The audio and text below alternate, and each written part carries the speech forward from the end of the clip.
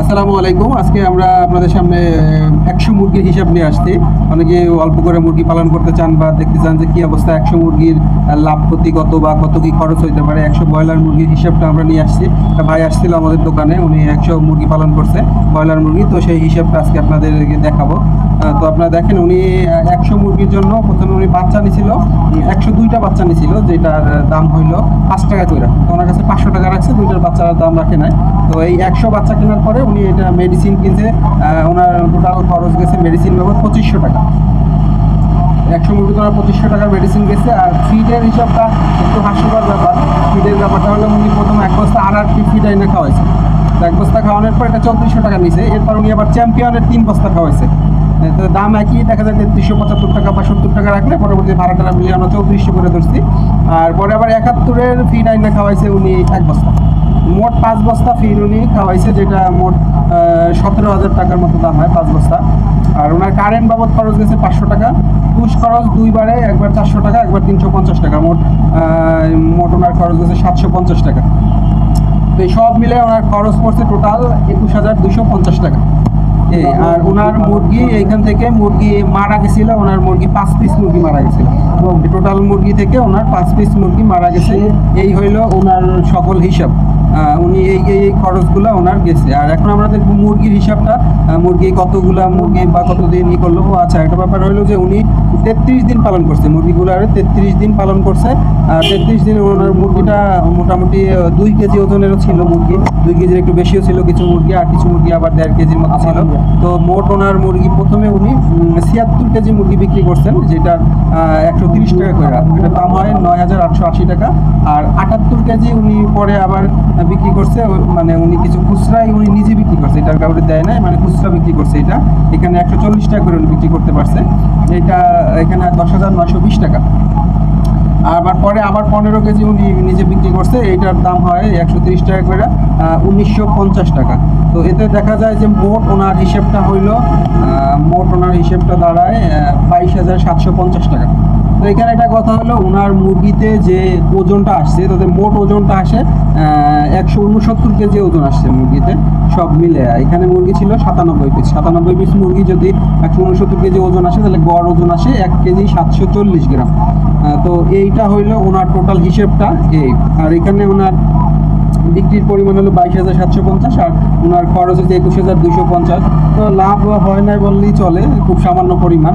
আর এখানে আরেকটা কথা হলো, ওনার এটা কোম্পানির ফিড দিয়ে চলছে। এখানে আমাদের কোনো ভুট্টা ফার্মেন্টেশন বা কিছুই ছিল না। জাস্ট উনি আসছে আমাদের দোকানে, আইসা এই হিসেবটা আর কি দিল যে আমি ১০০ মুরগি পালন করছিলাম, আমার ১০০ মুরগি আছে, তো এই খরচ আমার, সেই হিসেবটা ওনার কাছ থেকে আর কি নিলাম। তো এতে দেখা যায় যদি ১৬৯ কেজি ওজন আসে মুরগিতে, তো 5 বস্তা খাবার খাওয়া হয়েছে। 5 কেজিটাকে ভাগ দিলে আপনারা এক বস্তায় যে কতটুকু মাংস আসছে এটা পাবেন, 33.8। এইটা হইলো ওনার প্রতি বস্তায়, মানে 50 কেজি খাবার খাওয়াইলে 33 কেজি 800 গ্রাম ওজন, এরকমের আর কি ওজনটা উনি পাইছে এখানে।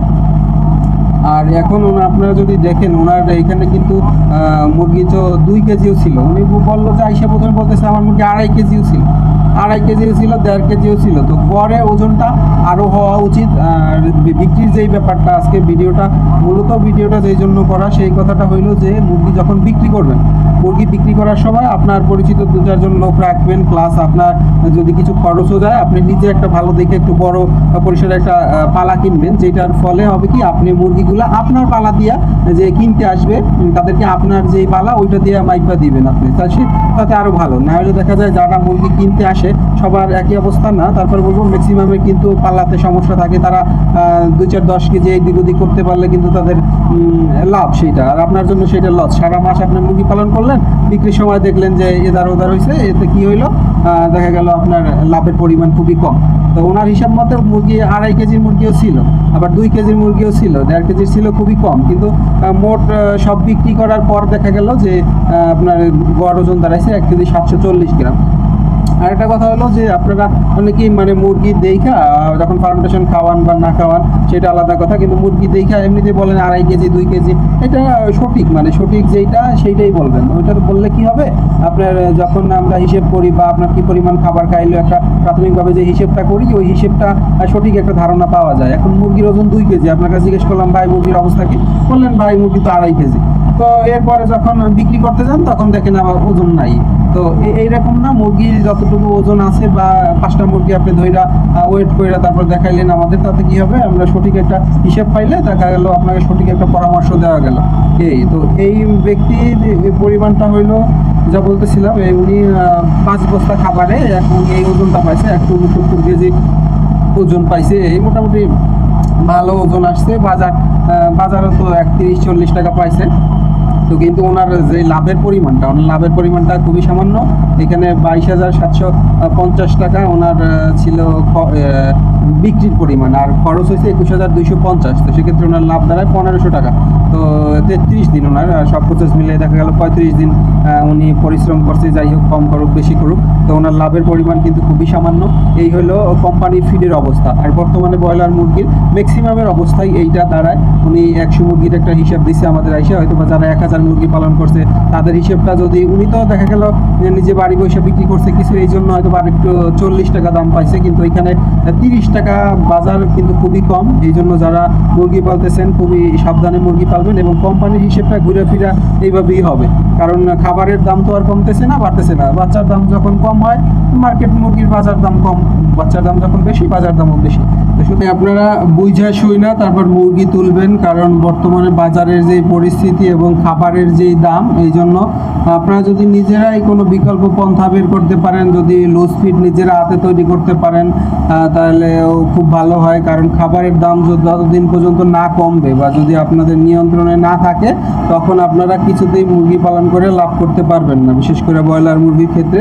সুতরাং আপনারা আমাদের সাথে যোগাযোগ করতে পারেন। আমাদের লুজ ফিডের জন্য যত প্রকার মেডিসিন এগুলো সব আমাদের কাছে আছে। আপনারা চাইলে যারা ফিড তৈরি করতে চান তারা আমাদের সাথে যোগাযোগ করবেন এবং মেডিসিন নিতে পারেন। আর যদি ভুট্টা ফার্মেন্টেশনটা আপনারা অ্যাপ্লাই করতে চান, ভুট্টা ফার্মেন্টেশনটা খুবই ভালো। এখানে ওই লুজ ফিডের থেকে একটু ঝামেলার দিক থেকেও কম। যে কোনো কোম্পানির ফিডের সাথে ভুট্টা ফার্মেন্টেশন অ্যাপ্লাই করা যায়। সুতরাং আপনারা ভুট্টা ফার্মেন্টেড করতে চাইলে আমাদের সাথে যোগাযোগ করতে পারেন। আমরা সকল বিষয় আপনাকে আগে বোঝাবো, তারপর আপনার যদি ভালো লাগে আপনি অল্প স্বল্প কিছু মেডিসিন নিয়ে ট্রাই করে দেখতে পারবেন, সমস্যা নেই। ভালো থাকবেন, ধন্যবাদ, আমাদের সাথেই থাকবেন।